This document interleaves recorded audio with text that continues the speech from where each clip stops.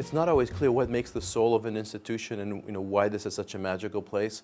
And clearly the people here, the people who are attracted here, the people who stay here, and the people who thrive here are really exceptional.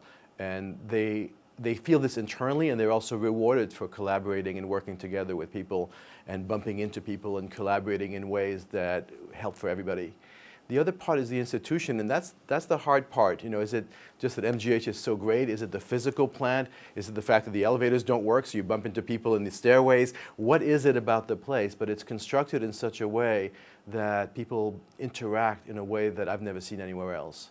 No, and I think people feel as a part of their mission that every patient, whether they're inside 128, inside 495, inside New England, or inside the world, deserves the same access to the best that we have to offer. And the MGH is the pinnacle of that. It is the place where you come and you know that you're getting the best that the world has to offer, whether it's in the clinical care that you're getting or access to the innovative care that you're getting.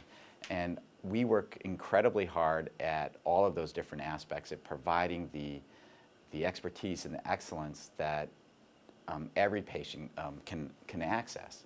One thing I would point out is for generations of doctors, every weekly issue of the New England Journal of Medicine used to have something called the CPC, the case records of MGH, where they would present the hardest case, and then somehow the brilliant doctors and med students at MGH would figure this out.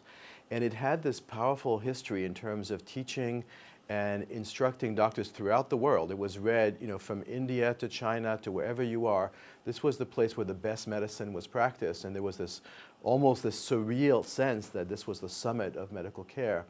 I think that's something that people still read, but now things are moving a little faster. And I think the biggest challenge for us is that from discovery to clinical application, what used to take 20 years now takes 1 or 2 years. It's really exciting. It means we're making progress. It's also a really big challenge for physicians out there to know what's going on and how to stay current. And the words, the names, the pathways keep on getting more complicated. For patients, there's the big challenge of knowing that your physician in the community knows what's up and is giving you the latest care. So in some way, we now need to reach out much more than we ever did. An occasional conference in a journal doesn't do it anymore. We have to be able to consult, to provide advice, to see how do you translate the tertiary care and the fanciest care that we can deliver to something that can touch everybody. And that's going to be through the web, through consulting. The people here are filled with a sense of mission. They're not just interested in becoming technically proficient in what they do. They're not interested in becoming just as good as they can at a particular skill.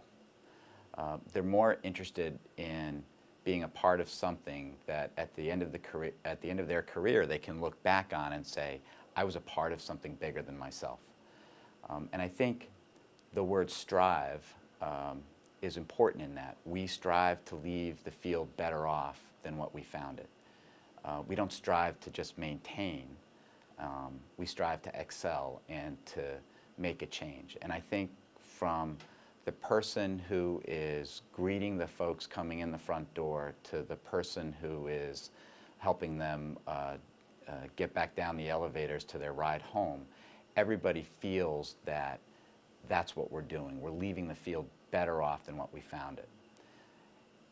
The second part, pride, pride is a double-edged sword. And I think that you can be you can have pride or be proud about that mission to strive and leave things better off than what they were. But you can't be proud about what your accomplishments are. And I think there's a humility that one has to have in knowing that these diseases go on and these illnesses go on and the sufferings go on. And sure, you've had successes, but and you can celebrate those successes, but when the alarm clock goes off at 5 a.m. the next morning, that's over. The pride now is about striving. I'm going to have pride in my ability to continue to strive. And I think there's a magic combination here that exists that doesn't exist in too many places, where they can continue to have pride in that ability to strive, but not go overboard and be so proud of their accomplishments that they rest on their laurels. Yeah, it's been a great opportunity for us to discuss our own thoughts, get feedback from the community, and really start a process by which we can go back and forth as we lead this great institution. This is our 25th anniversary of the MGH Cancer Center, so it's a great year for us. The trajectory has been fantastic, and if we look ahead, there's clearly some challenges and there's some amazing opportunities. So we'll be here, and we'll be happy to kind of work together with as many people as possible to make this great place succeed.